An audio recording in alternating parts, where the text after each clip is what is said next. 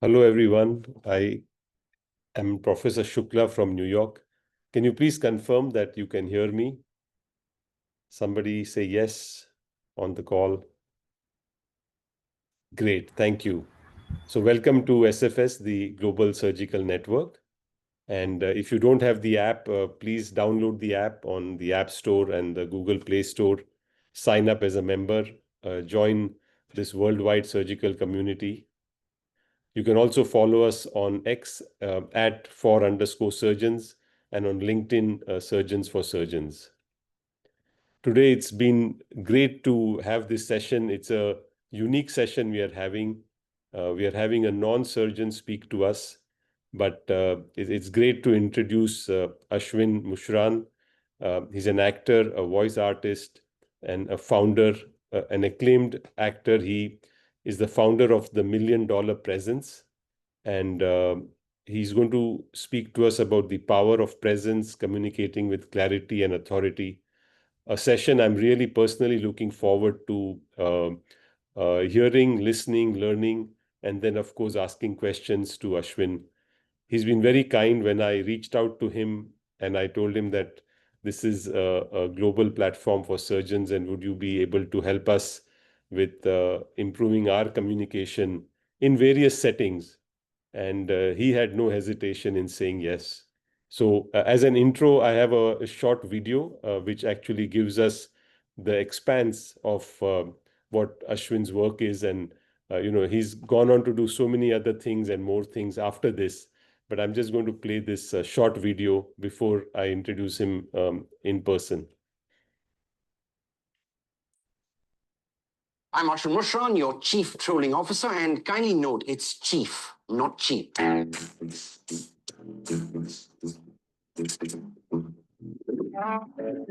आज जब मैं घर से निकला तो मैंने अपनी माँ को कहा, Mom, I'll be home for lunch because frankly the prosecution doesn't have a case. Take it up! I love your culture. I like tikka masala. I like bond. No. Darling, lesson number 1, never kiss the cheeks, okay? 3 good news है, 3 bad news है. पहले कौन सी? You say you lived in London? Hampstead. Oh, West. Yes. How beautiful. I know, I heard. I came, I saw, I think. Trust me, you are going to rock. You can use a feather, but not like the whole chicken. ये क्यों कहना था? मैं कह चुका हूँ. अब तुम्हें जो समझना है, तुम समझ सको. You better. I don't smoke for me. Then? For world peace. तुम अकेले हमारे बीच और तो फील नहीं कर रही हो. मम, अगर ऐसी बात है तो please let me know. मैं Jude Cross old age home में I can fix you up.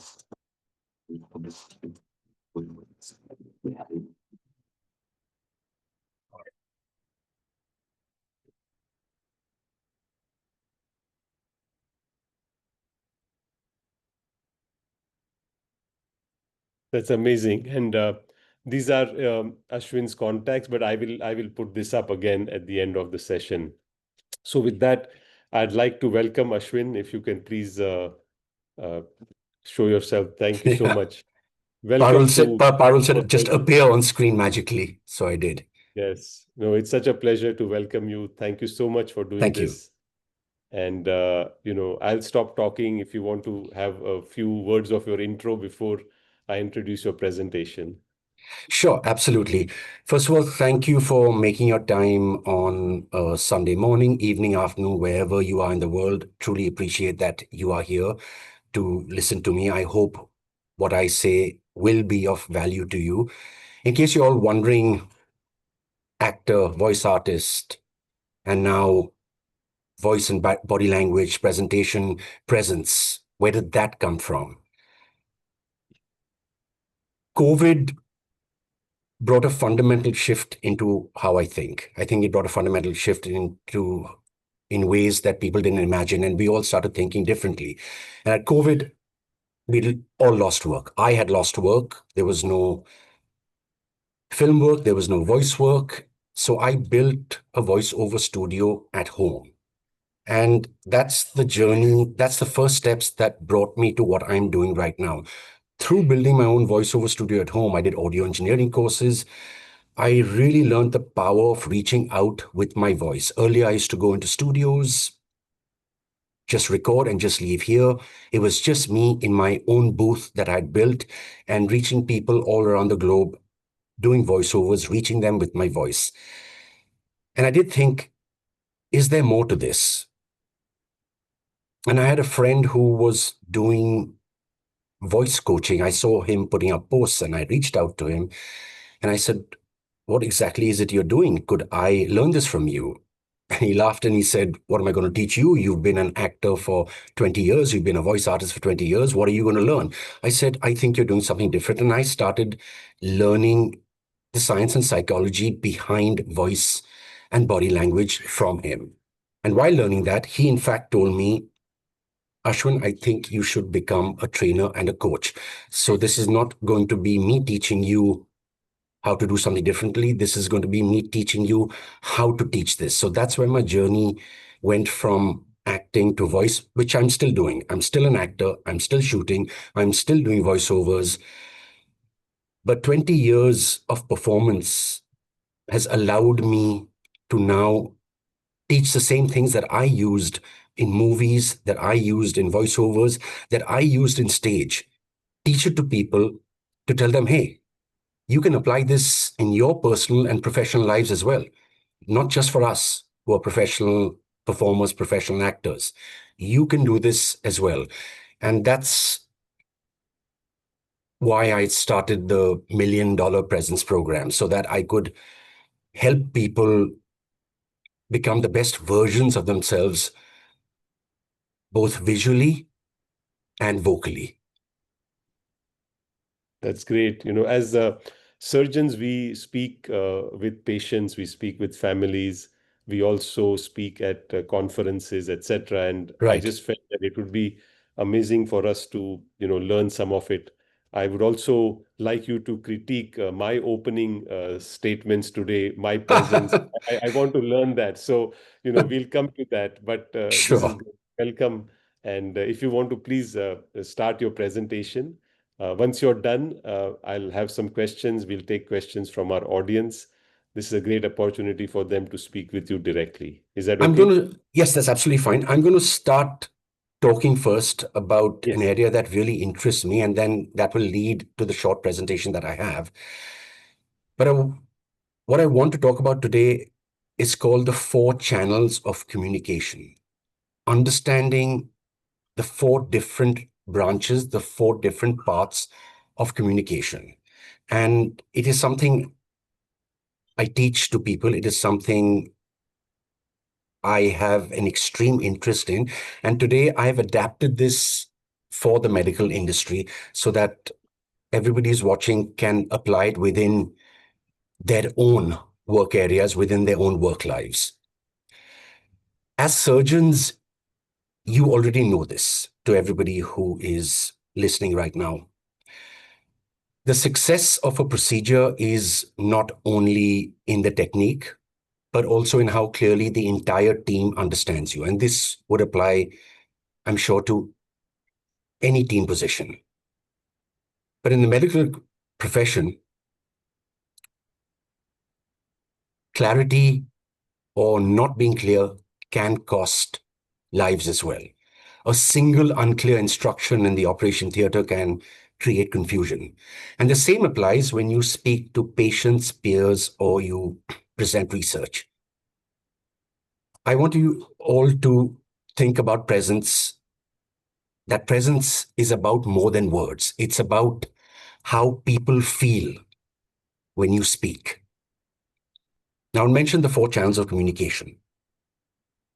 The 4 channels I like to think of: number 1, body language, which is how you sit, stand, move, face, hands, postures. Patients will probably read your confidence in how you stand and not just what you say. In the operating theater, your postures and gestures will set the tone for the team. That is your body language. Next is your vocal cues. This is not your words, it's your vocal cues. How you sound, your tone, your pace and volume. A calm tone might reassure a nervous patient, a scared family, more than complex medical terms ever will.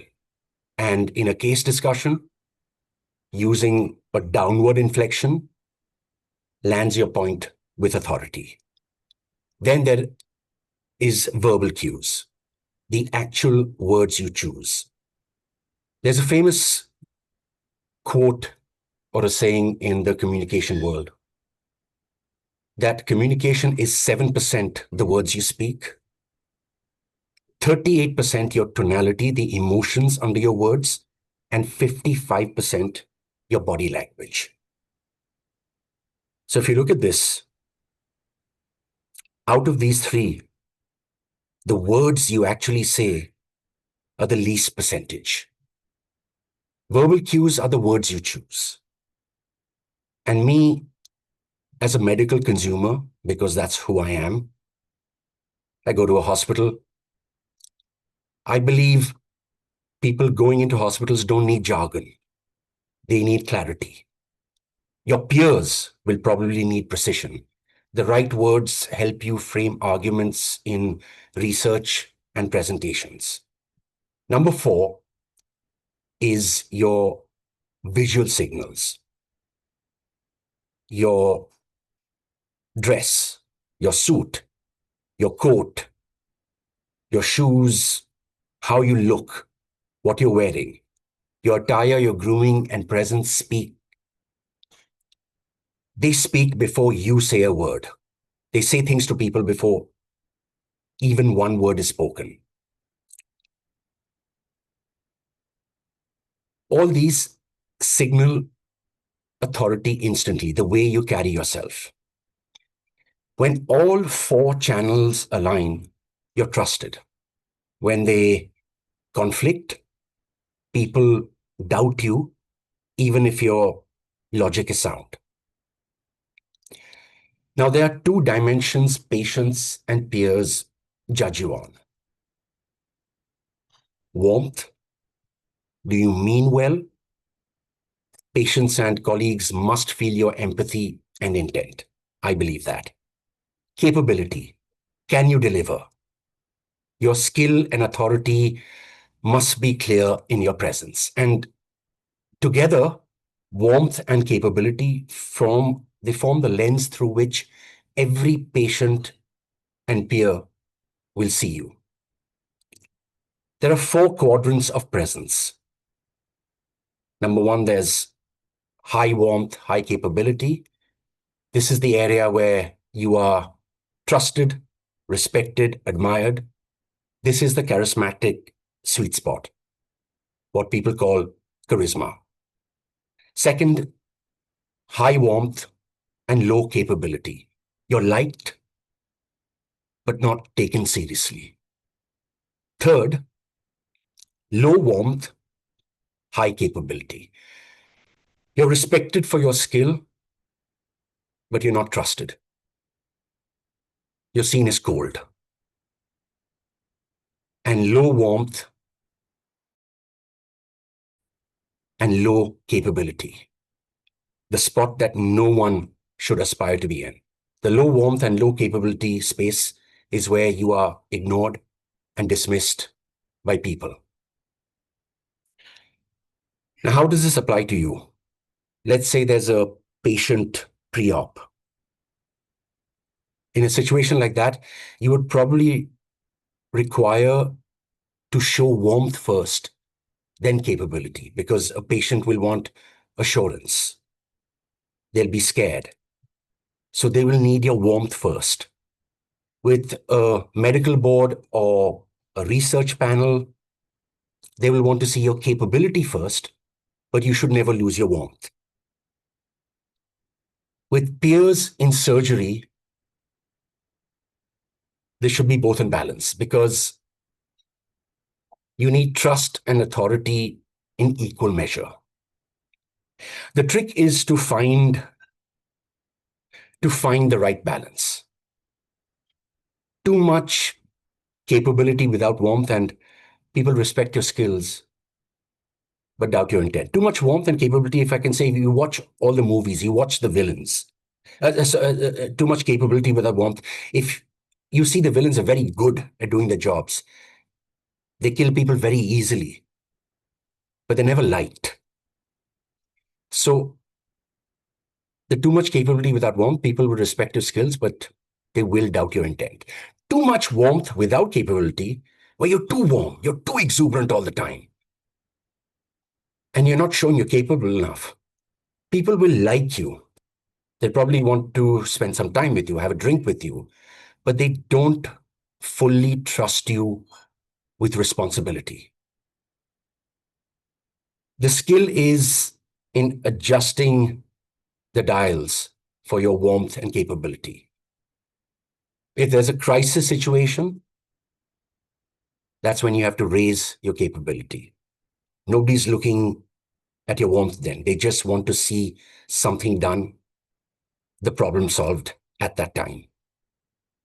If you're consulting with someone, that's when you probably need to raise your warmth. That's when you need to be more approachable. And while you're teaching, which I'm sure many of you do, you will need to blend both. To me, presence isn't about being the loudest in the room. It's about aligning your body, your voice, your words, and your visual signals so that people, they trust both your intent and your ability. And I believe for surgeons, this is something that should not be optional, because it's the difference between doubt and trust, hesitation and clarity, confusion and authority.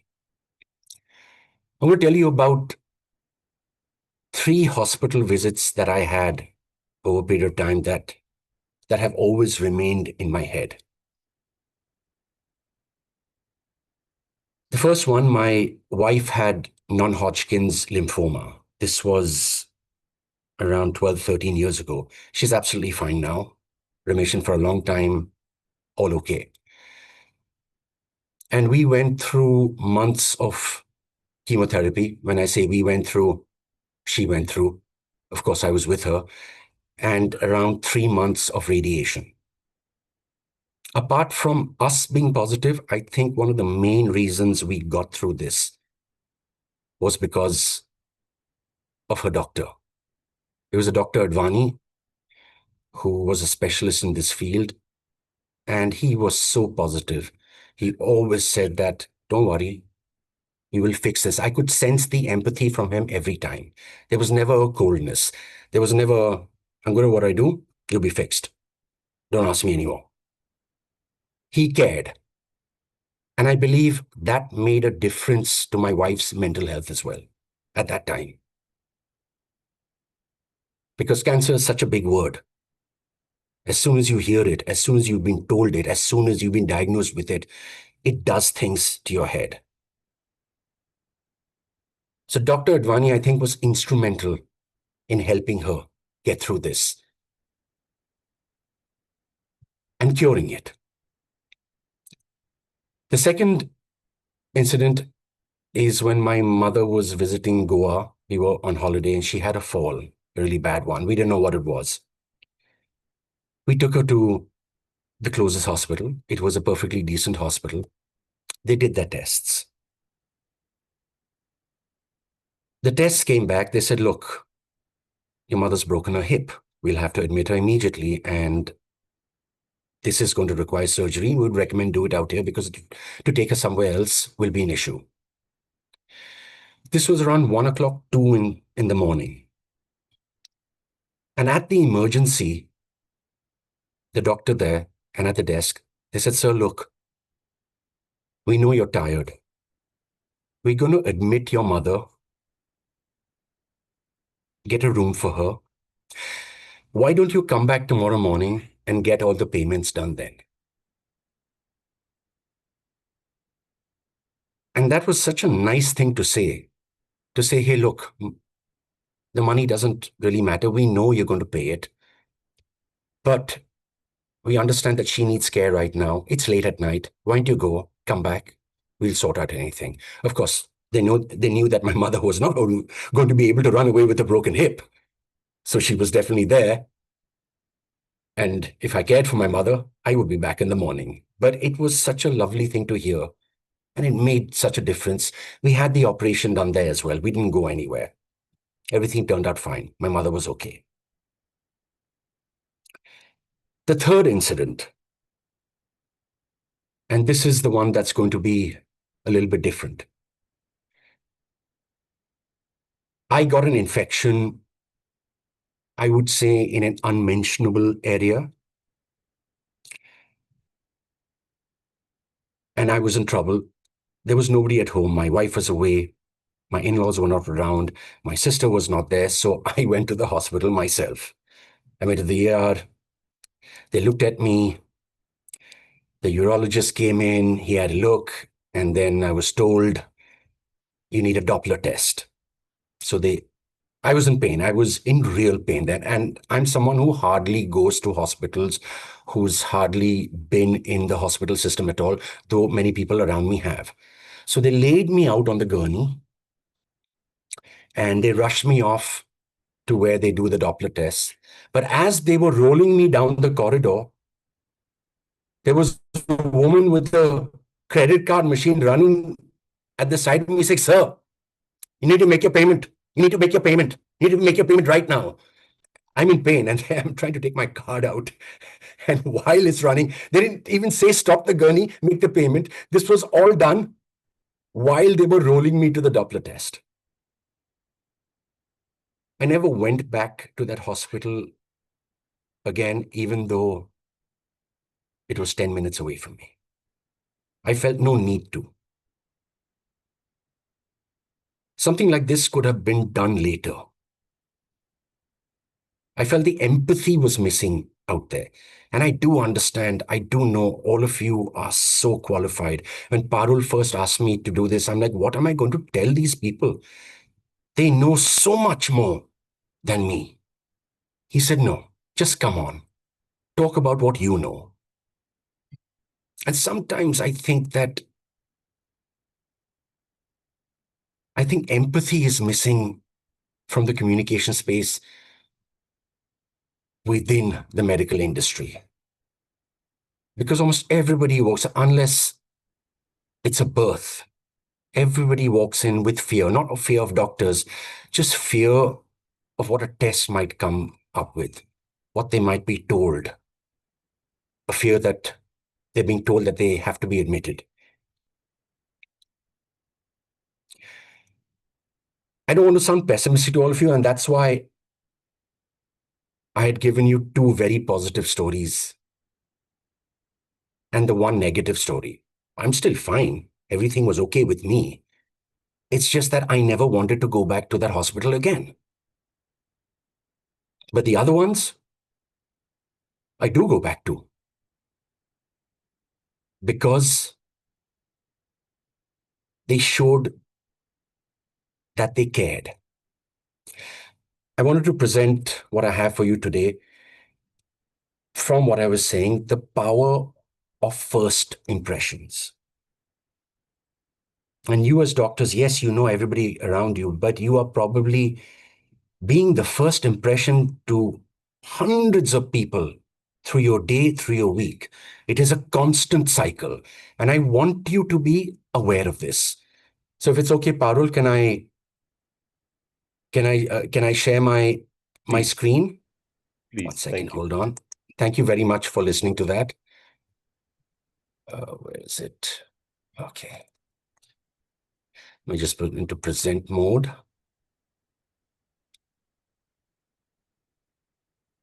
And you'll have to share your screen. Yes, I am. I was just putting it into my presenter mode.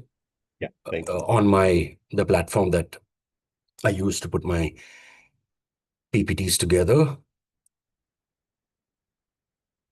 That's there. 1 second. Just give me 1 second while I just fix the last bit of it.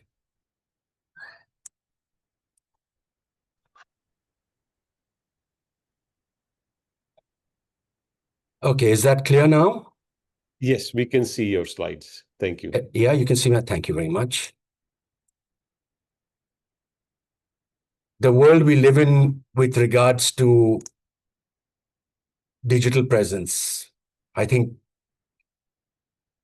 this is said maximum. Hello, can you hear me? Can you see me? Am I audible? Is my screen clear to you? I don't know how many times you all have to say that. 7 seconds to presence, and I've adapted this for surgeons. The power of first impressions and vocal authority. Let me just put that down. Hold on a second.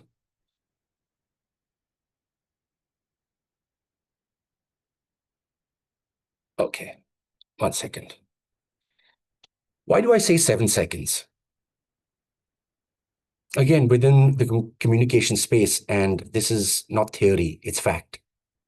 People form impressions of you within the first 7 seconds of meeting you. Now, most people, we say, the impression you create while walking through a door. For surgeons, it's when people walk in through the door to see them. They form an impression of you within the first 7 seconds. Why does this matter? Those 7 seconds matter because it might be a first meeting with a patient, their family. The family is waiting outside the operating theater, and when you're presenting to peers. Those 7 seconds set the tone for everything that follows. Now, from what I told you about the 4 channels of communication, there are 2 things. Your visual image and your vocal image. This is what you have to remember. Your visual image is what people see first. That is the first picture they make of you. That is how they think about you from what they've seen, from how you are from a visual perspective. How you walk into a consultation room, your body language approaching your family, what you're wearing, whether a suit, your coat, your grooming, your presence, how you're styling your hair, your shoes. That's your visual image. And people are making an assumption about you based only on this visual image. They've already decided what they think of you within those first few seconds. These are only assumptions. They are assuming a version of you. If you're standing stiff, straight, wearing a suit, in your case, a doctor's coat, a stethoscope, they'll assume you're professional. Smile. They assume you're approachable. A serious expression. They might assume authority or distance or unapproachable. And these are all just assumptions until you speak. There are positive and negative assumptions, but they are just assumptions. Once you speak, their assumptions turn into belief. Your vocal image is what people will believe. If you're mumbling as a doctor or as a surgeon, your patient or the family, they're going to be unsure because they can't hear you. They feel you are unsure about your own knowledge. Your voice converts assumptions into belief. I need you to put this into your heads. Your tone, your pace, your volume, your pitch decide if you sound confident or unsure. This is for everybody. In your case, patients or in families may forget your words, but they will remember how your voice made them feel. I do believe that.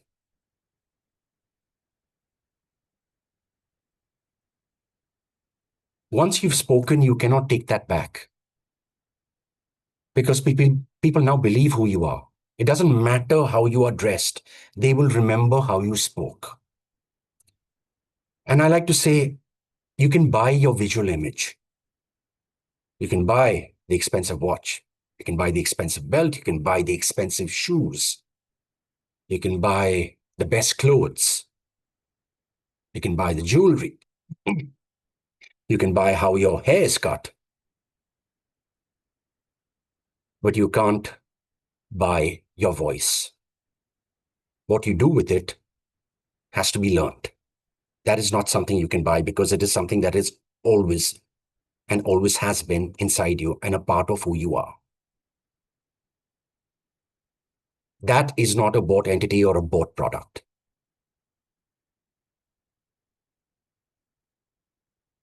People will always remember your last words. It doesn't matter how you walked in through a door. If you don't end that meeting well, that's what they'll remember. And your voice is integral to that.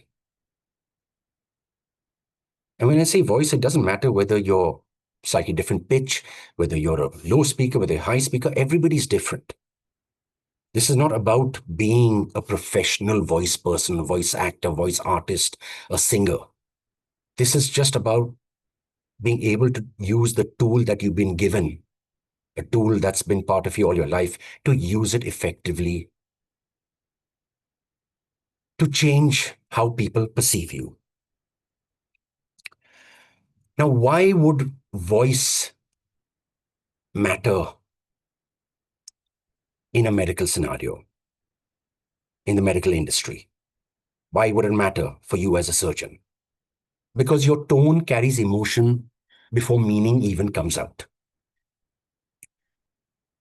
A calm tone can reassure, and it'll reassure faster than any technical knowledge you throw out at people. For authority, a downward tone in discussions with your peers, with your colleagues, with management, that lands authority. That is not necessarily the same tone you need when you're trying to reassure a patient. The way you say you're going to be fine matters more than the words themselves. If I told somebody you're going to be fine, you're going to be fine. I don't believe that. But if you tell me, Ashwin, it's okay, I'm the best at what I do, you're going to be fine. That changes the way I feel about my own treatment, I believe.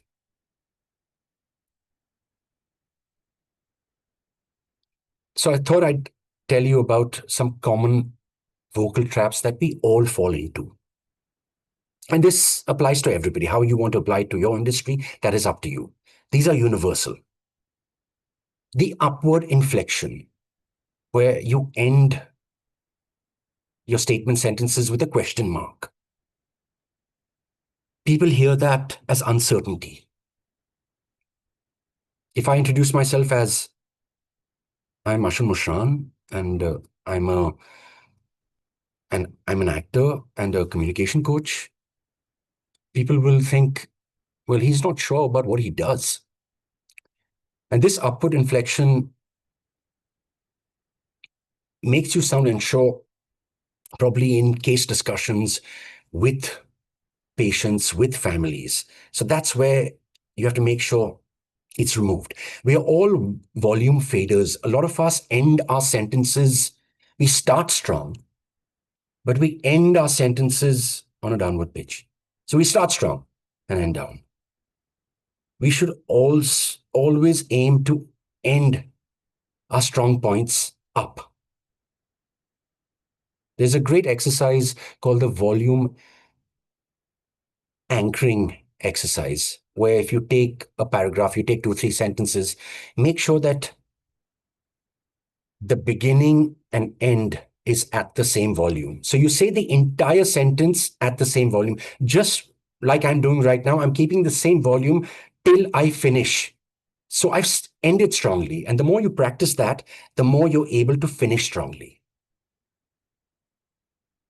If you're talking to a patient and you're dropping at the end every time, he's not going to hear what you have to say. And you probably need that end imprinted in their minds. Then there's an area called vocal fry. This because you haven't taken the right amount of breath through your diaphragm. And vocal fry brings out your voice in a very creaky way, where everything is, you can hear the exertion, you can hear it in the throat. It shows that you're tired, it shows fatigue, and it doesn't show authority. And I believe surgeons should have absolute authority. I go into a hospital, I put myself into people's hands. It's not the same, but when we're getting on a flight, and that's you as well, you're putting yourself into the pilot's hands. It's not an easy thing to do to fly a plane. And it's something of great responsibility. And they get you to your destination safely. In the same way, surgeons and doctors will get me to my destination safely, and that destination is to be healthy. So I would like you to have authority. The next is filler words. What do I mean by filler words? Many of us, and this is something that I was a huge culprit of. The ums and the today I am going to be talking to you about the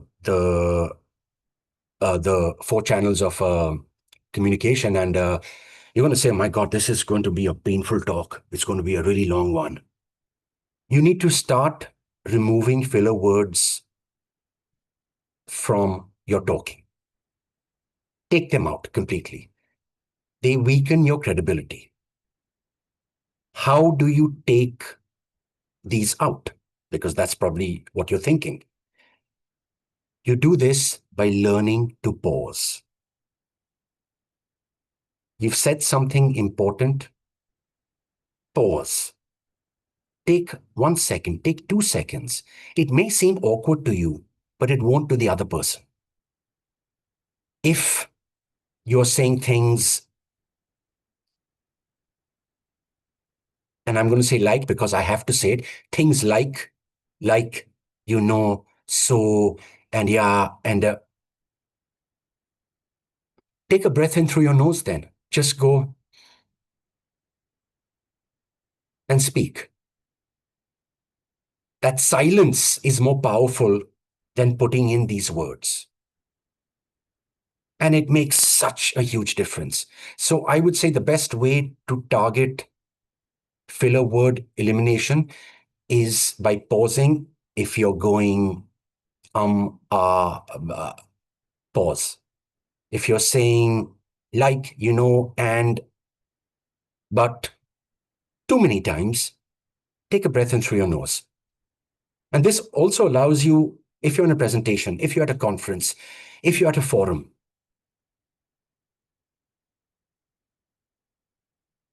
take that pause. Somebody asks you a question. Don't go, take those 2 seconds, take those 3 seconds, take that breath in through your nose and go, that's a really good question. I'm going to answer it. There are 2 things I like to mention. Number 1, you're giving yourself time. Allow yourself that time. Nobody's judging you.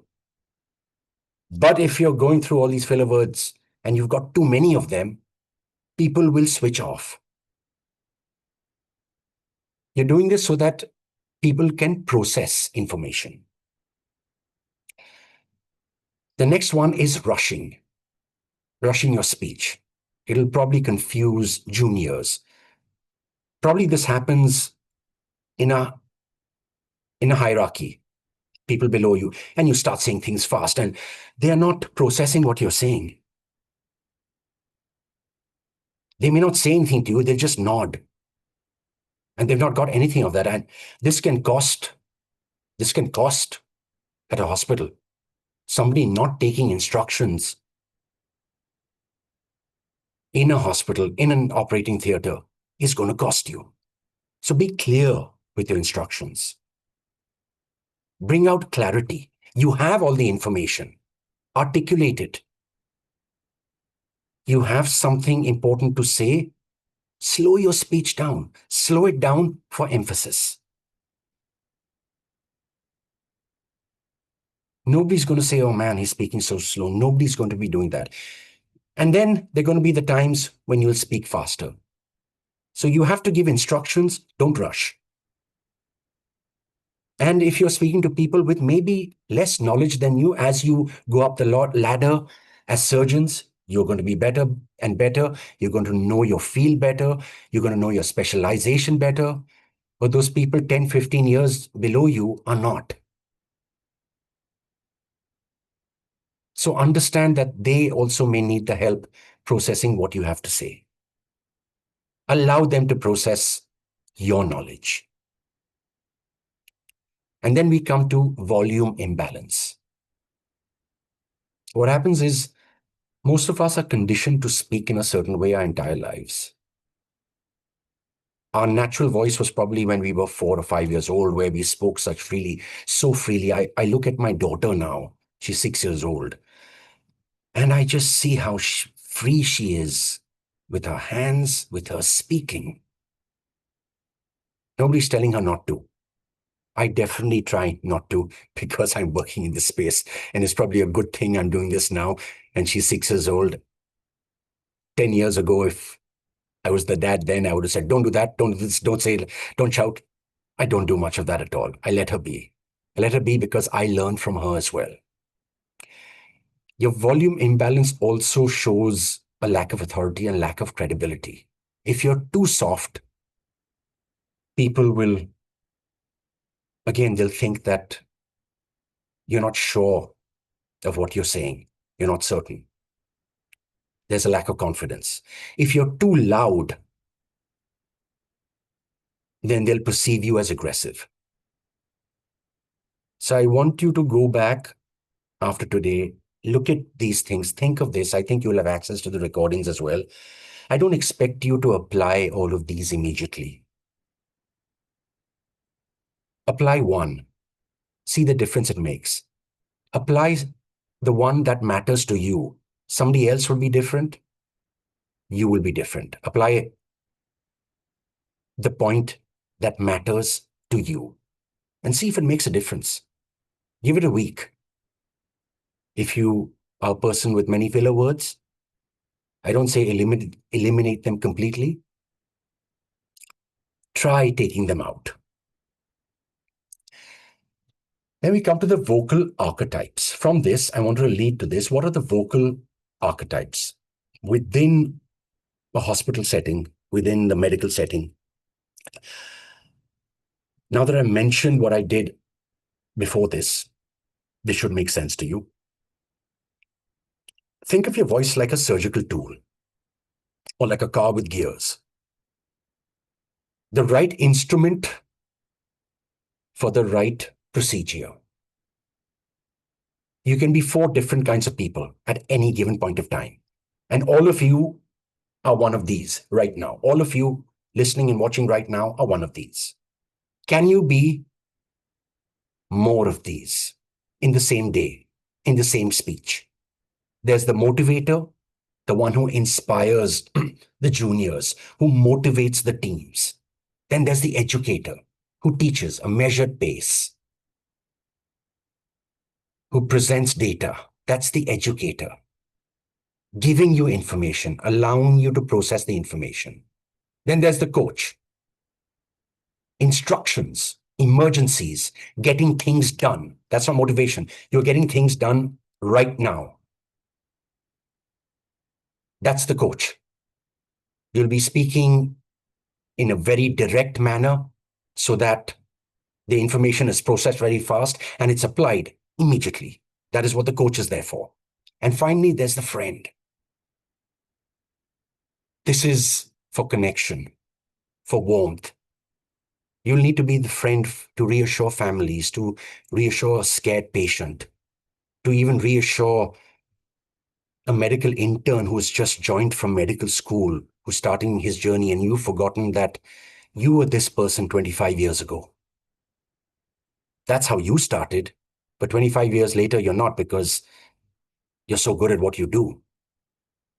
So remember that, and to connect with the patients. Most surgeons probably will get stuck in educator or coach mode because you're getting things done and also you're teaching. True authority is when you can shift gears. Which ones of these are you? Which ones can you add to your speaking box? The motivator, the educator, the coach, and the friend. Following that, I don't think there's any point in talking about voice if I can't talk to you about the power of body language and gestures. It is something that we underestimate completely. And I wanted to give you some quick tips on what you can do with your body language to start making an immediate change. Gestures, they clarify thought. They make the words you speak, they make those words visible to people. I would say patients trust more when gestures align with your words. There's some guidelines. Keep your hands visible. Hidden hands in a pocket. There's an inbuilt fear, I think, from evolution, where we mistrust people with hidden hands. Thousands of years ago, it's because people hid weapons, probably. We don't have that kind of thing now. The surgeon is the weapon, I'd like to say. But keep your hands visible. That shows that you're allowing people to trust you. Open your palms. Keep them open from time to time. Now, this could be in a conference, in a panel, in a forum. If you keep it open, it signals honesty as well. It signals approachability, and it signals openness. Match your words to your gesture. You're never going to say, oh, this is large. It doesn't seem right. This is large. So make sure you're always matching your words to your gestures. And if you're a surgeon who's been called to conferences, called to present on stage in front of groups of people, hundreds of people, maybe in 1,000, in large forums, you have the luxury of having a stage. You can map your concepts. You're talking about the past, the future. You can use the left of the stage to talk about the past. You can use the right to talk about the future. So you can actually move and do that and come back to reset yourself when you're talking about the present. And even on a Zoom call, show your hands. Don't sit here like this throughout.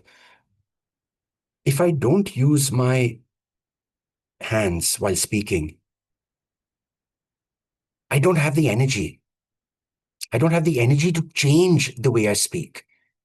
Using your hands and using them precisely, using them to enhance your words changes your vocal delivery. But if I said using your hands changes your vocal delivery, I can't say it the way I did because me doing this, just by doing this, changed the way I speak right now. Or change the way I speak right now. It helps you when you speak. Bring gestures into your talking. Paint a picture to people. You don't have to do it all the time, but try. Sometimes stillness is important. But when you need to, bring it in, because that is what creates engagement. When all of this aligns, your presence is visual, vocal, verbal, and your gestures. When they're aligned,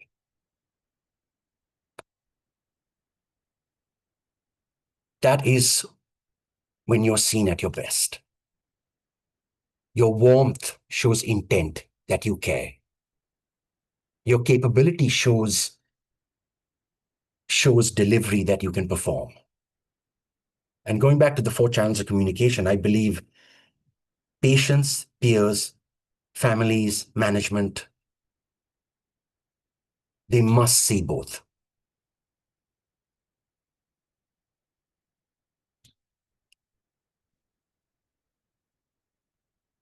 just to finish this, to wrap up what I'd gone through, if you think of it from this perspective, in the operation theater, hesitation is costly.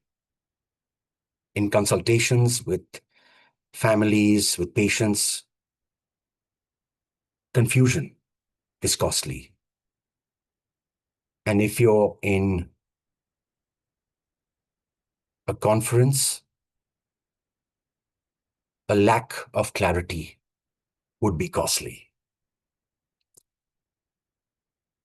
Presence as a whole means every channel sends one signal. You can trust me, and that's what you should aspire to be, no matter where you are with your knowledge. And that trust begins, I believe, in the very first 7 seconds.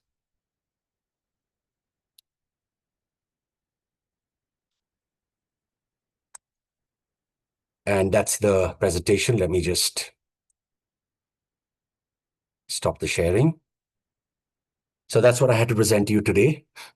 That was I hope it's going to be of value to you. I know I'm not coming from your profession. I was on Dr. Park's session the other weekend. I was lurking in the background, and I was absolutely fascinated by him and listening to his story, and just listening to the man. He exuded such power. He exuded warmth and capability, by the way. That was Dr. Park, so somebody who had never met him, never seen him. I'm left remembering this gentleman a week later, and I don't think I'll ever forget him. He was lovely to listen to. And obviously, he was so qualified. He is so qualified, but there was a humility to him and a genuineness to him that I absolutely loved. I wanted to tie that in because I did come onto that session, and I sat through that whole session, and I truly enjoyed that session. I know it's different from mine, and it's completely different. Thank you. That was truly masterful. And I'm trying my best to avoid filler words at this time. No. The problem is once you've got this in your head, you can't unhear it or you can't undo it. And you're going to start seeing this with everybody else around you. Now you're going to start, and they're going to start seeing it around them as well. We have some very senior surgeons on the call, Oh, and I can take okay. somebody's Thank name. you. Very nice to meet you all. Dr. Raj Govind Sharma is actually a very leading cancer surgeon from Jaipur, and he writes in the chat that hope this is taught in all medical schools. Thank Fantastic. you. Thank you very much. Thank you. I hope, Ashwin, that you'll be open to people reaching out to you. I would, absolutely. For this session. Absolutely. We will share your email. I won't give out your number, but even Thank there's you. a second that this must be in the curriculum. I second it. So there's so many people who really feel that you've delivered such an important conversation today. Thank you, If you don't Parul. mind, I really want to ask appreciate that. I was so nervous myself coming on this, by the way, everybody, because I'm coming on. I just thought instead of me doing something, should I just throw out all my hypochondriac fears at all of you, because I've never had so many doctors on at the same time here. Yes, if you don't mind, I'll have a few questions, Yes, and then please, ask the please. questions which we have. I can see that very, very famous uro-oncologist from India is also online, Dr. Yuvraj. He sent some questions. I'll take them in a few minutes. Okay, But okay. I'll go first. Sure, So sure. let me ask you questions first. So, we are trained to be emotionally neutral. And obviously, what you've told us is that you want to convey warmth, you want to convey that you're capable. And I think that's where the balance becomes slightly dicey. How do you help reinvent us now that we have been doing it for so many years? I can't fake warmth, but I would like to certainly appear to my patients and their families to be someone who cares, someone who's with them as a partner. And especially when things get tough, outcomes get poor, you really want them to see the pain and the anguish you feel as well. Any tips on that? So number one, Parul, you said that we've all been trained or taught to be neutral. And I do understand that all of you see life and death every day.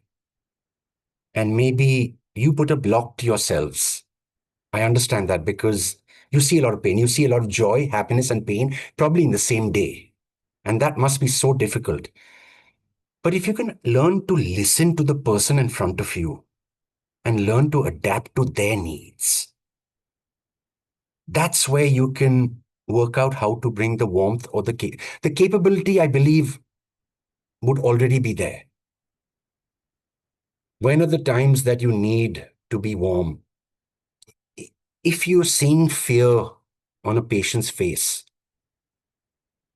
you don't have to be the happiest person in the world, but that's the time for reassurance.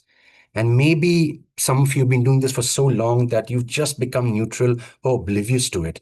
But try to understand that, I was going to say that we are also humans, the people coming in. I didn't want to say that we are coming, nobody likes hospitals except you because it's your job. Nobody likes because the fear that's built around it.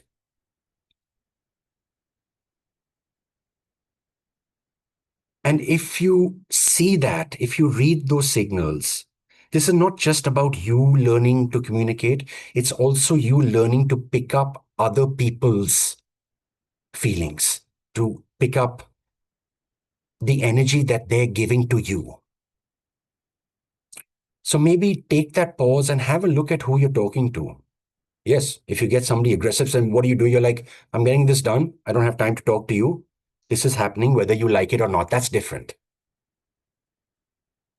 And I don't think you have to be warm all the time, but there will be times where you will require it.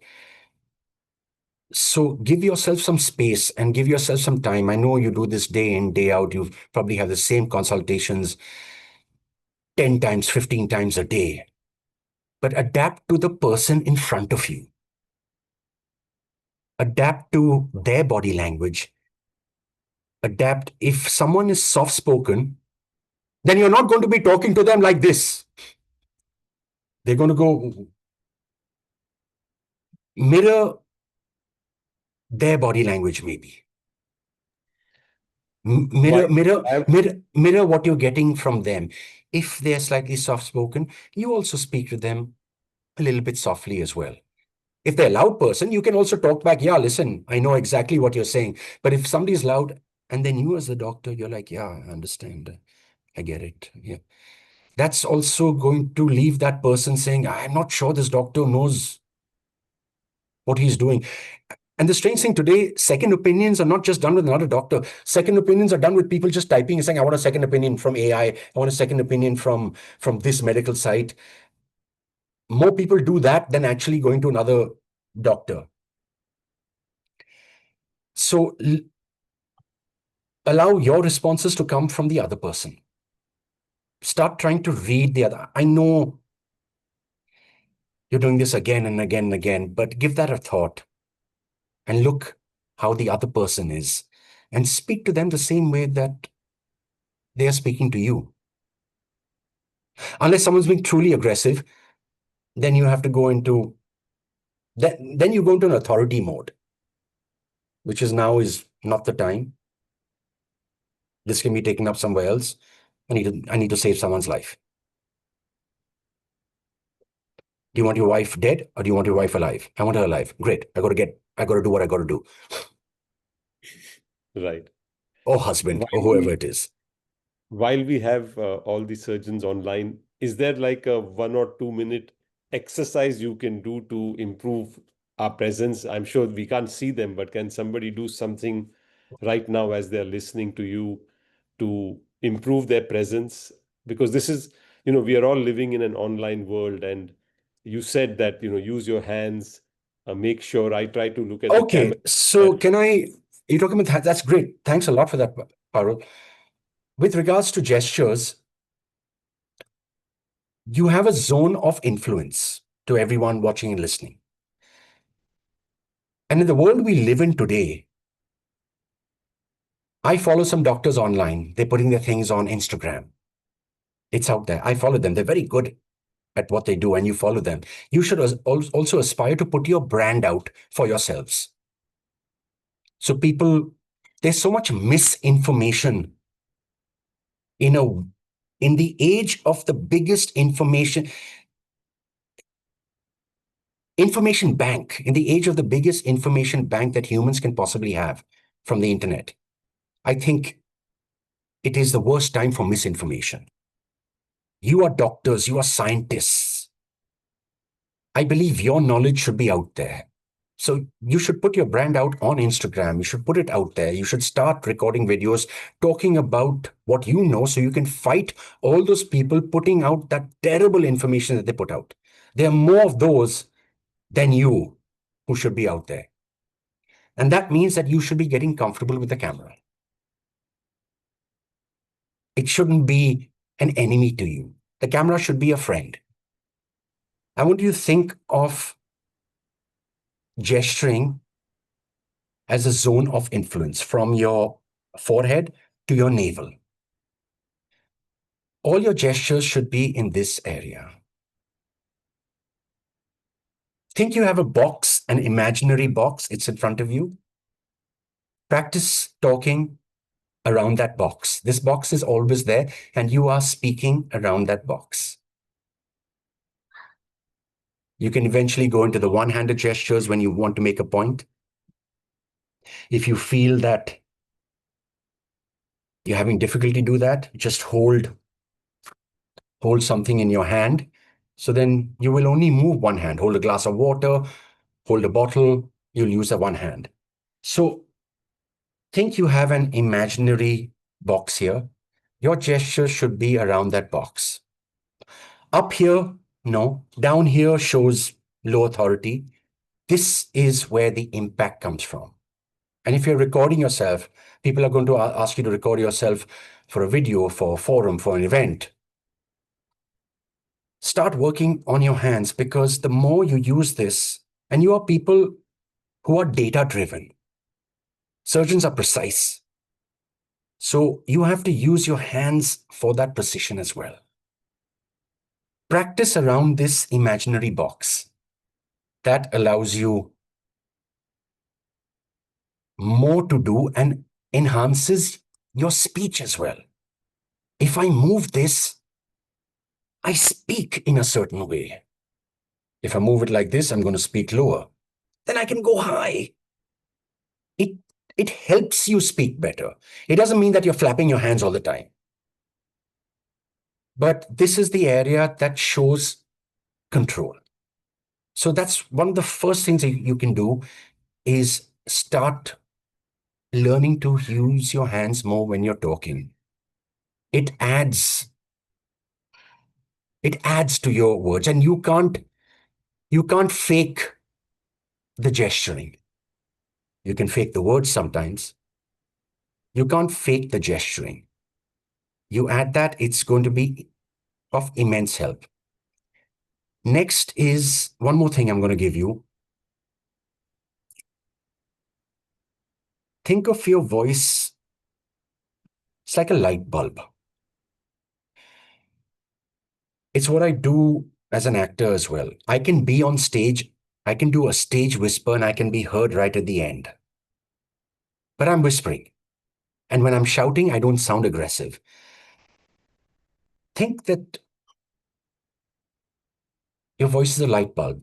And as you start speaking, you start throwing that out towards the end. So start small and start speaking bigger as that light grows bigger and bigger. There's a trick I do even on Zoom calls. I don't speak as if I'm speaking with one person. I speak as if I'm speaking to a room of 20 to 40 people. The volume I'm using right now is not how I'll speak with one person in front of me. They'll think I'm being way too aggressive. But even if I'm on a digital meeting, a virtual meeting, I make sure that I'm talking as if I'm in a room full of people. So look at it from that point of view. And finally, your breath. Understand that power in speaking Most people think that they're volume 5 or 6. You should aspire to be a volume 6 or 7 on a scale of 10. All of us speak 20 to 30% softer than we think. Record yourselves, then listen and think, really? Am I that soft? Because you're hearing it differently. But that power comes from your breath, the diaphragm breath. Are there any daily practices or routines you do to Yes. strengthen your Yes. voice, breath, Yes. presence? So, first of all, I have like a 3 to 5 minute routine that I go through. One is where it's loosening the jaws, where you're just going. So this opens up.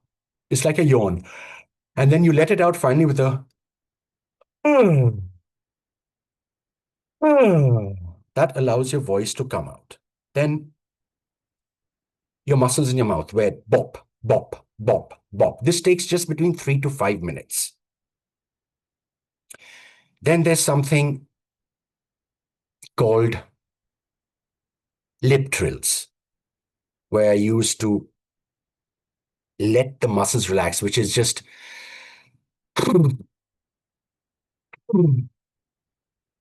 literally, you should feel the buzzing.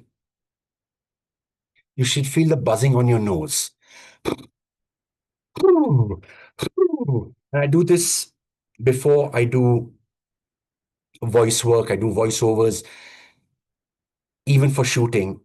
And then I move into something that's called QEQR, where I am articulating QEQR, QEQR, QEQR. That leads me into a V, O, V, finding my high pitch and low pitch, which eventually leads me into humming. V, V, Om.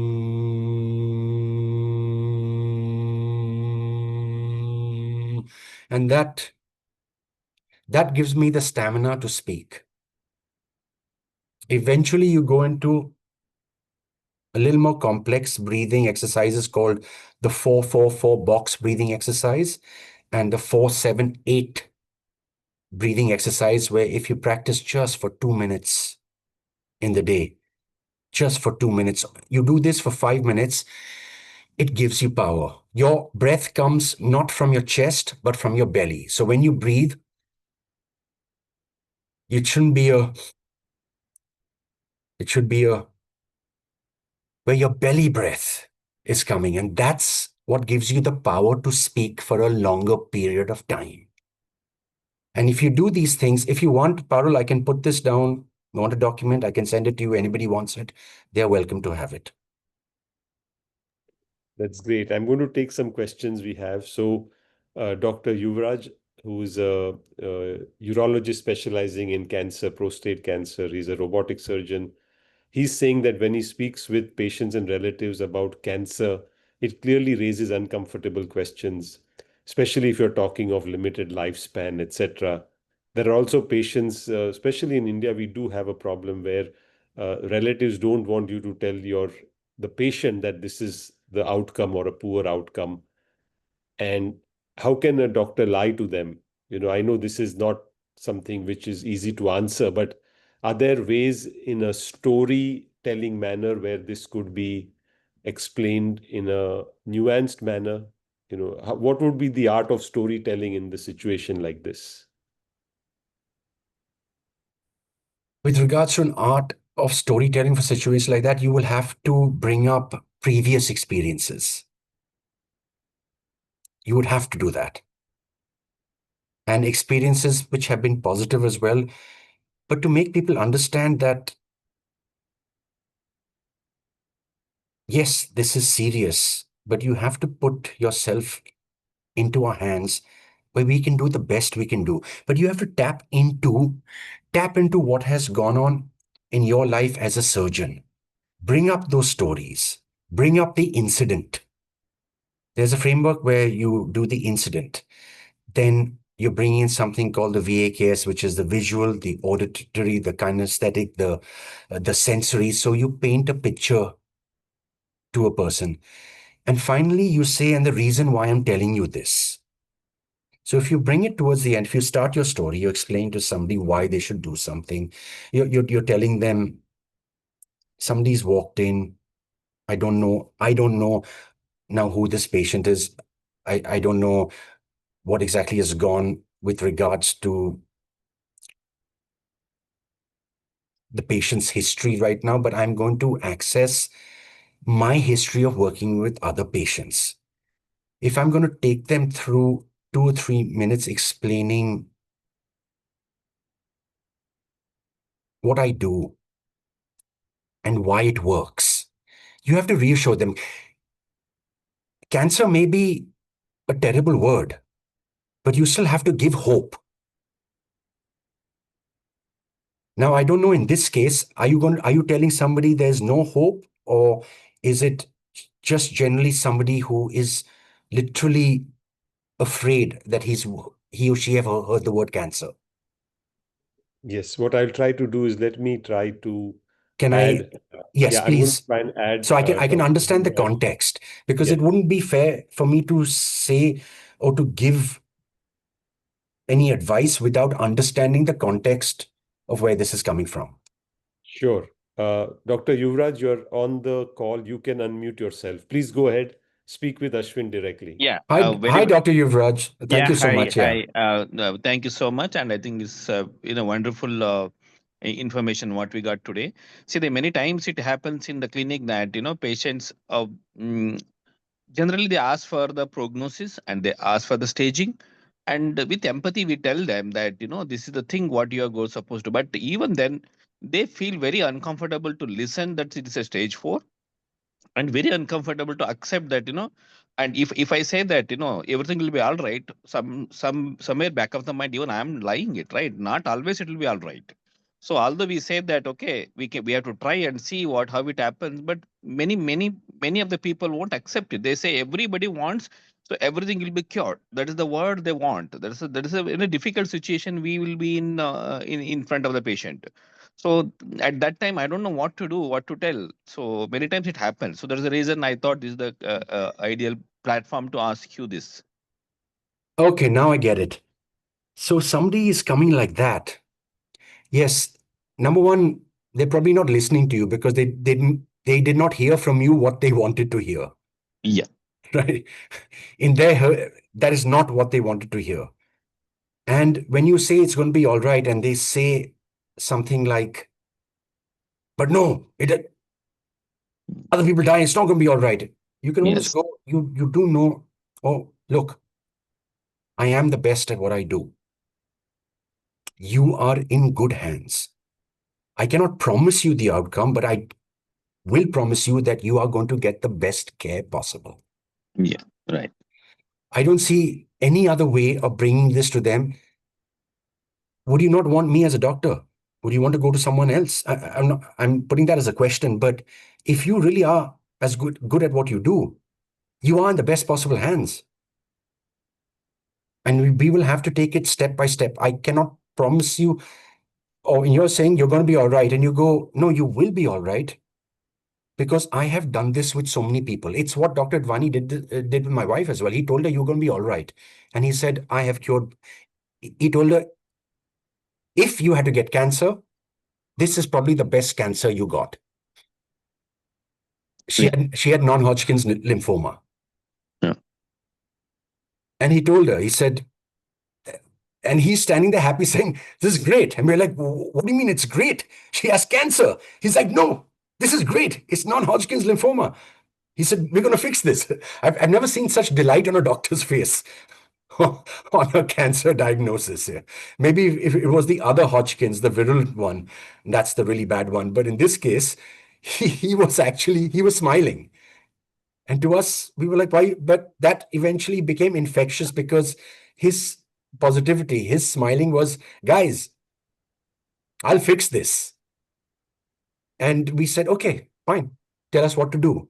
So I think the best way is, yes, you're going to get all those people and they don't want to. say, I cannot tell you something that is not true. Say, I don't want to lie to you as your doctor because that's not good for our relationship. So I'm telling you the honest truth. And I know this can be fixed. I understand it's cancer. I have done this many times, but I am the best at what I do. Allow me to treat you the way I know best. You're welcome to, you never say welcome to go somebody else, but that's the idea. But reassure them that no matter what, they are in the best hands possible. And I think that will probably bring a mind shift. Okay. Thank you. Thank you. Does that answer your question? Yeah. I know I'm not Yeah. coming from where you are, doctor, so I don't want to sound that I know this. No, it's fine. I think that's a good way to tell that. Right, fine. Thank you. Thank you so much. We have Dr. Sachin Marda, who's also a surgical oncologist. Go ahead, please, Dr. Sachin. So thank you very much, first of all. Sometimes, Thank you, Sachin. Yeah. sometimes see in everyday day in day out when we sit in OPD, some patients like Dr. Yuvraj told, some are negative stories where we have to show them that it is negative emotion. But sometimes any patient who comes who have been treated by us and now the scan is showing, PET scan is showing normal. So at one moment we have to behave like show the negative things, and in next patient who comes we have to show them that everything is good and that everything is bad. So how to shift between the emotions as well as through our energies, through our tone, in minute to minute, maybe in 10 minutes, 15 minutes, because every patient is different. So there, how to fix that. So this comes to that's a great question. Thank you. This comes from the 4 channels of communication which I spoke to you about. I'm an actor. I've done this my entire life. You should also think of yourself as an actor. You are playing that particular role at that point. You may not be feeling it inside. You can't always control your feelings, but you can control the way you speak, no matter how you feel. I've been on stage when I've been ill. I've been on stage when a family member's been sick. It's a comedy. Nobody's ever known the difference. I'm just presenting that version of myself. They don't know what I'm feeling inside. So you've said negative news and and you have to say positive news. Your switch comes from learning how to breathe, taking time for yourself, taking that deep breath inside, going away for 2 minutes, resetting yourself. But you take a breath, there's something called 4-4-4 and 4-7-8 box breathing. 4-7-8 breathing is where you take a breath in,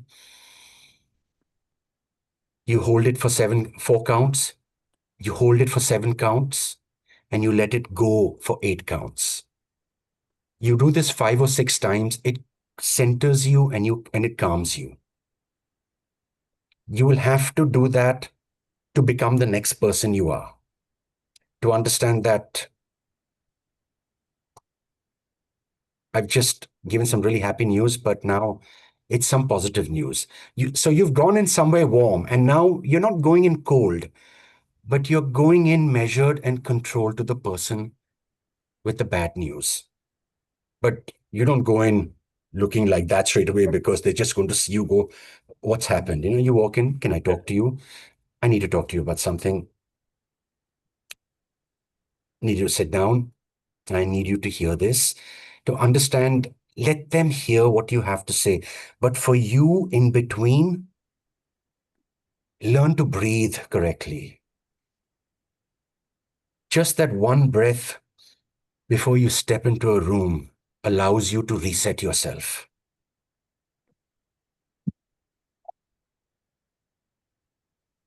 And if you know this patient, maybe they've been with you for a while, maybe they already know you, maybe there's somebody who will listen to you.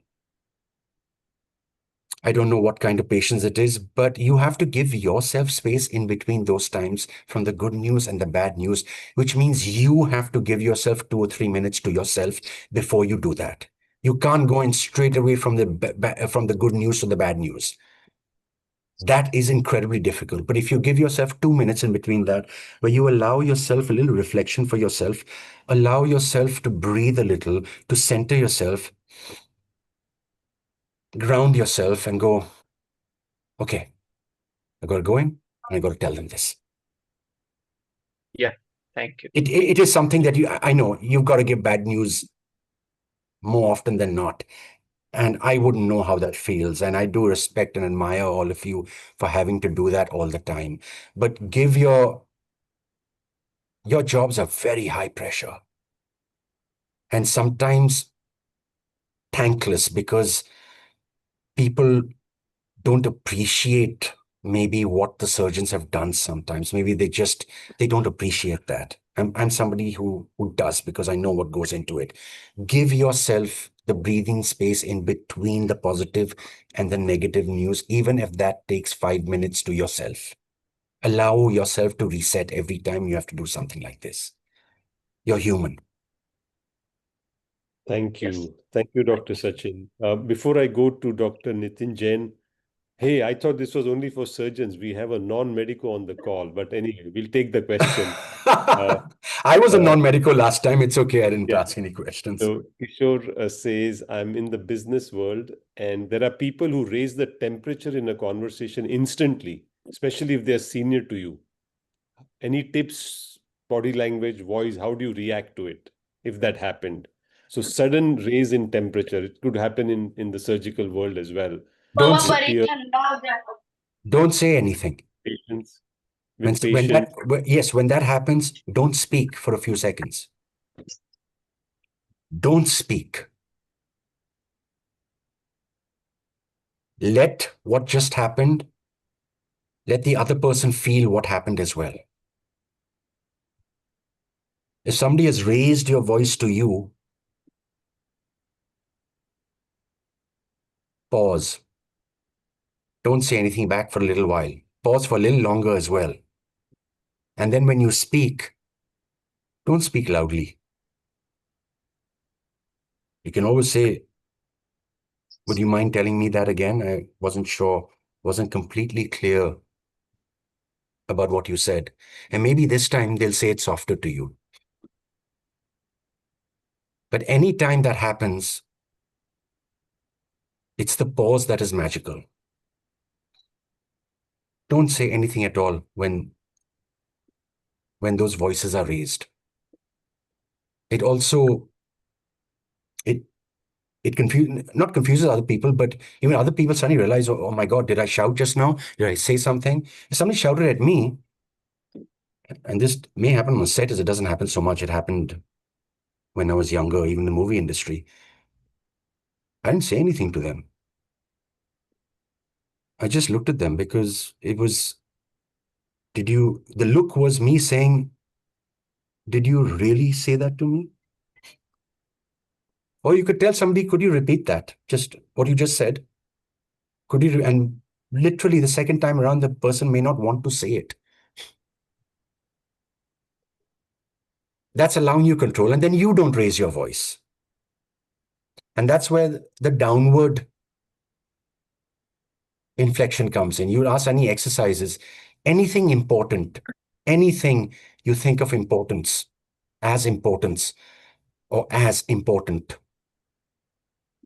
Drop your pitch down.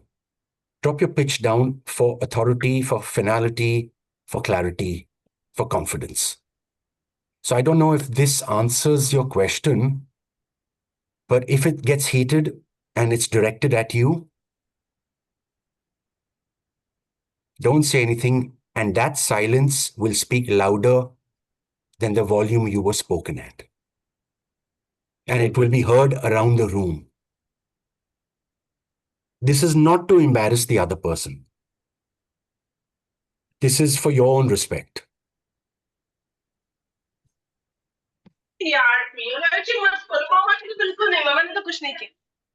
Does that Wonderful. would that answer your question?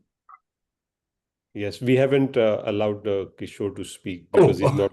So, okay. Nitin Jain, Dr. Nitin Jain, where are you coming from? Can you identify where you are located? Yeah.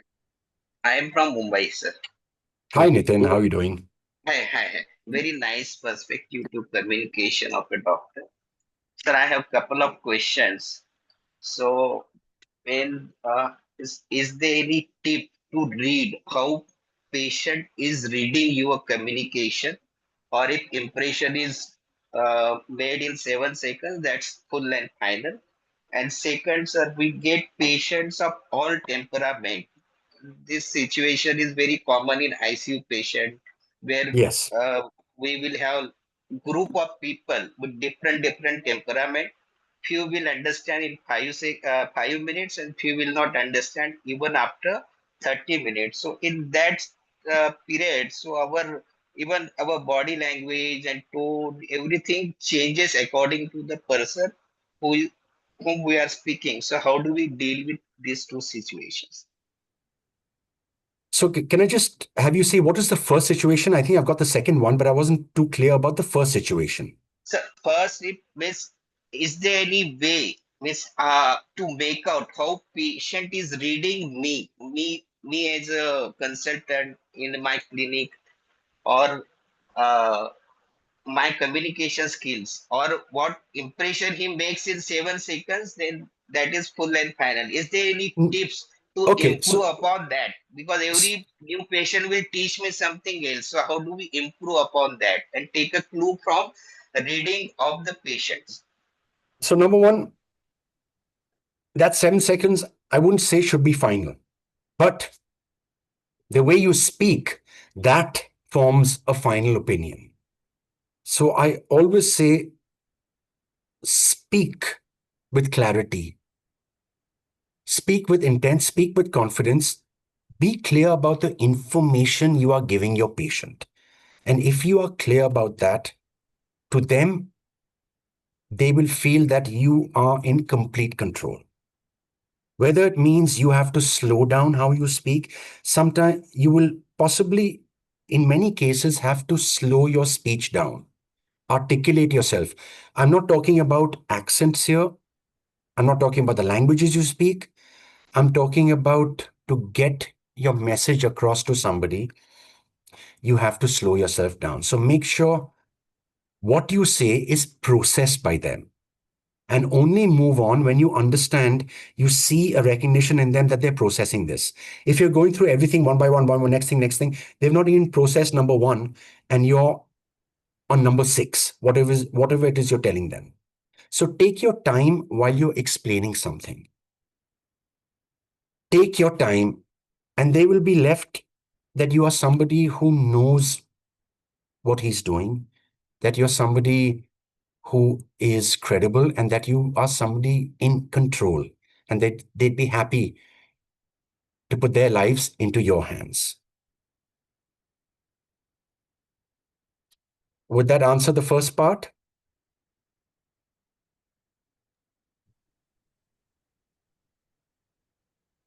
Nitin? Yes, sir. Yes, sir. Yeah, would that? So the 7 seconds is not final. The seven Okay, sir. seconds is about your visual aspect, what people are. This is the thing about that 7 seconds, and it is not a standard rule, though it has been quite common in studies. They are making those assumptions about you. How you speak, how you tell them the diagnosis, how you talk to them, that is going to be their impression. So make sure you speak to them in the way the information gets to them, that they cannot forget it. They need to process your information, and that is how you need to speak. That is what they will remember you by. They are walking in with that judgment. You are going to change that visual judgment by talking to them.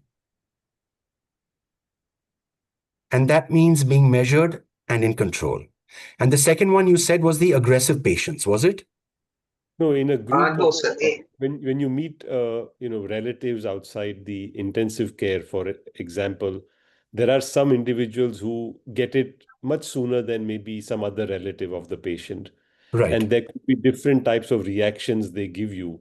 So in that sort of setting, if you're meeting with maybe more than one relative at a time and where the news may not be good, are there cues you can give them, saying, conveying your empathy and also your anxiety, but also you're worried for how they may react, because some people take it very badly. I think that's a question, right, Nitin? Yes, sir. Miss, in that sir, proportion we also miss change our body language or tone. So that happens with different temperament basically. So how to deal with that, sir? You will have to read the temperaments. You will already see whether somebody is scared, somebody is angry. You will already be able to see that. So how do you adapt yourself to that? To somebody who is unsure, scared, you can always take a hand, tap on the shoulder, a little touch. The aggressive person or somebody who seems angry, you keep a little bit of distance and say, "Hey, this is what has happened. This is," and then say, I've got to go in. I need some more checks." You've got a hospital. Things are already happening. You'll have to leave that person as fast as possible. There's no need for you to carry on a discussion with somebody like that, because it is never going to go anywhere. The person who is afraid, who's scared, who's unsure, you can probably spend a couple of minutes with them to reassure them, because they will need that. And a little bit of closeness to people like that, a little touch, a hand here. Now, even if you don't want to touch, just moving towards them. "Hey, I understand." Using your body. The angry person, quick, give them the news. "I'll let you know. I know this is difficult. I got to go save lives." Because you don't want to be wasting your time and energy on those people. They are not going to help you. You cannot change their minds at that time. Unfortunately, you are the messenger. So Okay. get those meetings done as fast as possible. The ones who are scared, spend a couple of minutes with them. They will remember it. Thank you. Thank you, Nitin, for your question. Before I go Thank you, sir. to the next speaker, you have an invitation to go to the Dow University of Health Sciences in Karachi. Wow. Okay. Dr. Akshay Kumar has invited you for a talk, so maybe somebody will reach out to you. So Okay. Wow. just All to right. let you know. Okay. We have Professor Mellis. I know him personally. He's a great friend and colleague from New York. Go ahead, please, Professor Mellis, if you can unmute and speak with Ashwin. Thank you. First of all, phenomenal talk. Thank you, Dr. Mellis. I Much learned a lot. appreciated. I noticed when you were talking about delivering bad news that you mentioned several times when when you talk to a patient, like, "Oh, you're in great hands. I am the best at what I do." And maybe this is a question more about content than style of presentation and discussion. But and maybe I'm, for a full disclosure, maybe I'm not the best person to market myself. I don't like to brag. I think I'm an excellent surgeon. I don't think I'm the best. Like, if I were a patient, like I have been a patient, and if my daughter was to tell me, "Oh, trust me, I'm the best," I run away. I think the guy is, full of, you guess what? You know what I mean? Like, but maybe I'm very wrong. Maybe that's what the patient wants to hear. So what's your take on that? Okay, let me rewind. Maybe I said that in the wrong way. When I would say I'm the best, what I meant to say is that I want you to feel that you know that you're in good hands. I am good at what I do is not necessarily I'm the best. But telling someone I am good at what I do, I'm No, a professional. but seriously, I'm asking because there are doctors that will say that, and I've heard them, and in my head I'm like, sure, but I'm generally asking, is that something you should say? Is that something that No, the no, patient will no. appreciate? And I said that I realized that maybe that came off in the wrong way. I didn't mean it like that. I do get what you're saying. I also don't say I'm the best actor in the world. I can't. If I hear I'm the best, it's exactly what you said. You're like, really? You're that sure of yourself? So that might be putting off. Correct. But having the confidence in saying, I'm very good at what I do, That is okay. I've done this so many times. I know this. I've done this. Leave this with me. You are in good hands. That I agree with.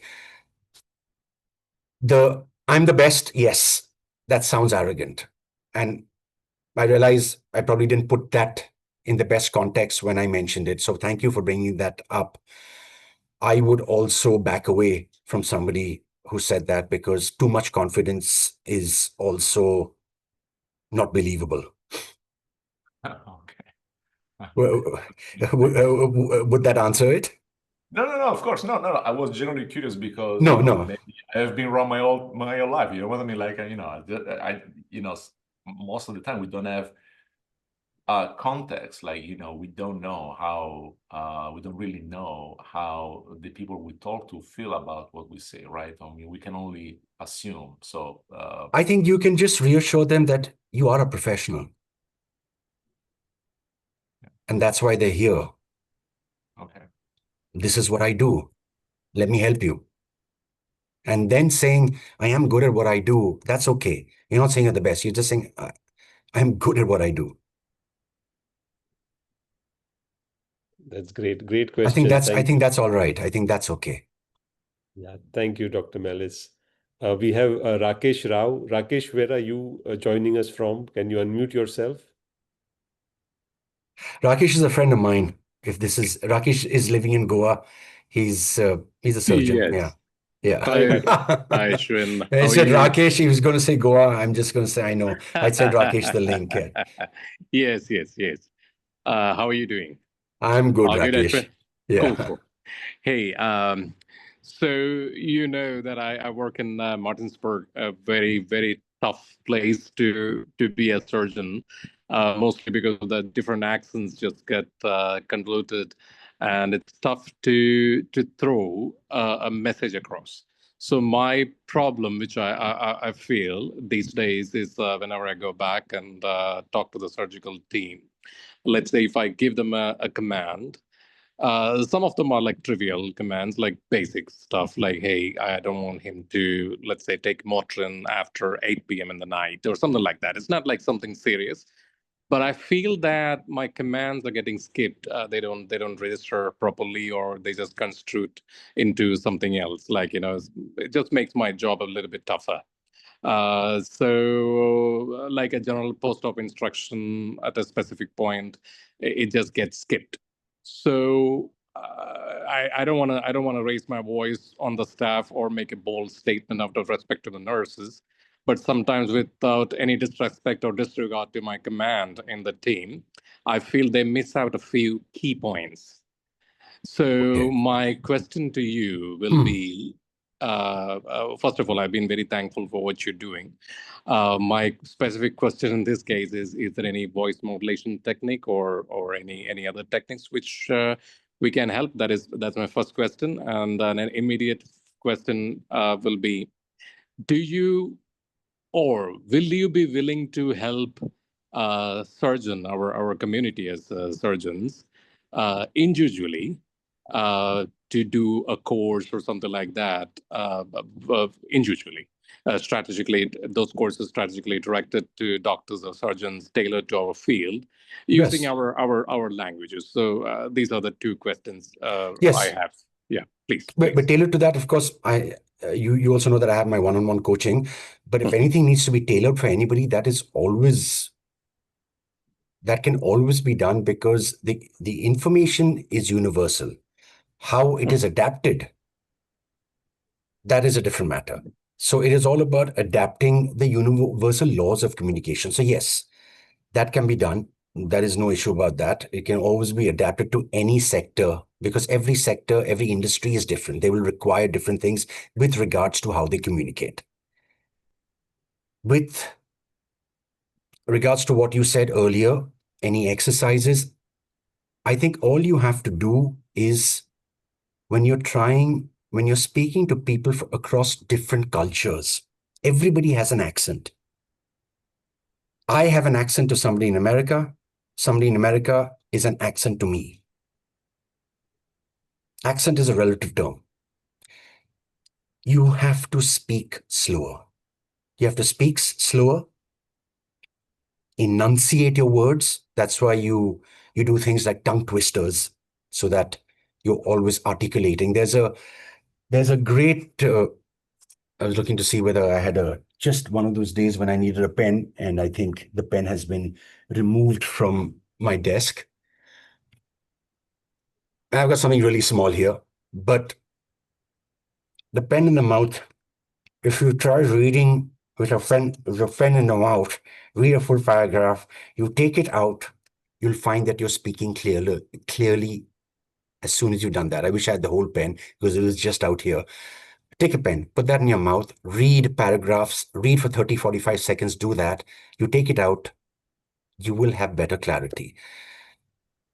Speak slower and speak louder as well, because you are actually softer than you think. Speak louder. And that exercise comes from taking 2 lines and keeping the same consistent volume so you finish off at the end. Record yourself, listen to yourself. Speak slower, enunciate more, and be louder. This is not shouting at another person. When I say we are 20 to 30% softer when we speak than we think, we actually are. They are probably not processing it because it's another accent for them. So you slow down. If you slow down, they will understand everything that you say. The people who have been around you for a long time, maybe they're used to you speaking like this. Maybe you're somebody who talks like this all the time, and you carry on talking, and there's never a break in how you're speaking, and everybody understands what you say because you have always been around them speaking at this pace your entire life. But you cannot sustain that with everybody else. So you just have to slow that speech down. This is not as if you're talking to a stupid person. You're not implying that at all.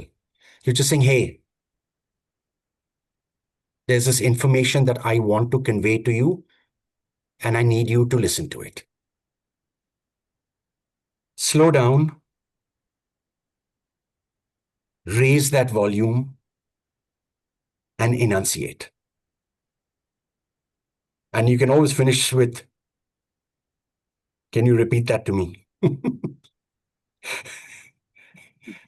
So that, we say that to waiters all the time, and we don't say that to anybody else. Can you repeat that? The waiter got it, but you always say, can you say it again? Yeah, just to know. He's like, bro, I got it. Yeah, I got your order. Yeah, say it again. I want to hear it. So maybe we should, at those times, we should make sure that if we want our information to be processed correctly, maybe we need it repeated by those people so that you know that the instructions are clear. It's just a thought. Thank you. Thank you, Rakesh, for your question. Thank you. Final Very much. question from Dr. Vonetta George. Where are you joining us from, please? Vonetta, can you tell us? And please I'm speak in with Ashwin. Antigua. Lovely. Yes, thank you so much for your presentation, and thank you to SFS for these great talks. Just about a week ago, I spoke to some of my junior doctors. We were talking about decorum and also how to improve bedside manner. Now, almost everything that you said here came up in this talk, but I'm asking now, as a female surgeon, do you find that there is a difference in how these techniques are used between males and females? I expect that there might be some cultural issues involved in some situations. What are your thoughts? I've never thought of that, actually. I didn't think, and that's a question I never thought would come up. So thanks for that. Thank you. Yes, I would assume it would be very different for a female surgeon. And you will probably have to be more measured and more controlled most of the time, because I don't know if there are patients who prefer a male surgeon or prefer a female surgeon. I don't know if that comes into it. We say, oh no, the male surgeon, he knows more, when actually you are as good. I think you would probably have to learn to be measured, calm, and controlled most of the time, because there may be some ridiculous things coming back at you, and you just got to take that breath in and carry on. But you will have to be more assertive than many of the male surgeons to make your point. And the lower pitch I talk about also applies to women. It doesn't mean that it applies to men. It's something that you can always use for yourself to be definite. Make sure that the lower pitch is part of your vocabulary, part of you whenever you're trying to get the important information out. On the flip side, people may also assume that you have more empathy because you're a woman. I don't know if that's the case. Would that be the case? Well, I have very different views on that, because empathy is really can be regarded as a science and can be learned. Yes. And perhaps women are perceived to have more empathy. So, and most times the perception is true. Okay, well, the perception is true. I think you, from what I've said, I think you can apply all of this. It doesn't make a difference whether you're a man or a woman, these apply. But for someone like you to be in control, you will probably always have to be seen as measured, seen as speaking in a very different way, and speaking with a sense of authority. The downward reflection, the downward authority pitch should really come into many things that you're doing. I think probably a softness will always come in when you're dealing with bad news. Are there many male surgeons where you are, or is that a lower amount? Well, in the Caribbean, the ratio female to male, it's really there are more male surgeons, but we're having an influx now of female surgeons. And in my hospital, Great. we have more female surgeons. But I think many persons usually perceive that the surgeon is male. And as a female surgeon, persons think that you should be a bit more aggressive. But I've found that a softer tone, and I think even we keep forgetting, I don't know if it's since COVID, that there's some benefit to physical contact that assist in communicating your message. A tap on the shoulder. That's what I meant earlier. I had spoken about that, and I think that makes a huge difference. Just that little thing makes a difference. Yes. And you'd said also, can I just ask you, is there also conflict between male surgeons between you? I mean, is there a hierarchy, or does that not come in at all? No, well, I am head of surgery. So and not at all. So that's great. Yeah. Right. Yes, that helps. That helps. So you are where you are because of who you are and because of what you do. That's all there is to it. Right. Many patients have switched from male surgeons, preferring female surgeons because they understand better. Female surgeons take the time, it seems, to explain more. And so I've had many patients who switch surgeons, really because of their interaction with some male surgeons. I wouldn't ask you to change anything about the way you're speaking to me right now. How you're speaking right now, what you're saying to me and what you'd asked, this is who you are. You are already conveying that authority to me and that confidence to me that I would say, yes, I would want to be treated by you. And from what you just said, maybe they're switching because they're sensing a certain sense of empathy. Right. Good. That is true. So I think we should invite you more. And these are more talks that we should have. And there's a talk that I usually give, which is empathy in medicine and self-awareness. I think these soft skills are what we need to improve on. Sure. There's So something called, I in the hope communication space, there's something called emotional intelligence, which everyone is banding all around. this I think that comes into that. Yeah. Yeah. So I guess this comes into Yes. that. But thank you for that question. It was a great question. And You will do I was some saying that research. I was saying that you no, but I was saying that you earlier you talked about yourself that you should do this. I don't think you should be doing anything because you already are doing what I'd mentioned. From what I hear, I can hear it. Well, thank you. Thank you. Thank you very Pleasure. much. Okay. Thank you, Vanessa. Thank you And so much. this was an amazing session, Ashwin. Thank you. You know, I'm sure you've not had these type of questions before, but at the core also I have all never of had this because I've never had this from the medical. So yes, not easy for me wondering what kind of questions are going to be asked. It's very easy to answer some questions from a perspective of banking, insurance, the corporate sector. This is very different. Yes, and as you can see on your screen, I've put up your contact details. If you don't mind, people will reach out to you. I will be emailing myself right now. Yeah. Please come back. I think we are going to have demands or requests for having more of these sessions with you. Sure. But it's been amazing. Once again, thank you so much for being with us. And you'll have the last word before I close the call. Thank you so much. First of all, I know Sunday, all of you have got together. Some people early in the morning, some people this afternoon. India, it's evening. I truly appreciate this. I cannot thank Parul enough for reaching out and asking me to do this. I wasn't sure what value I'd bring.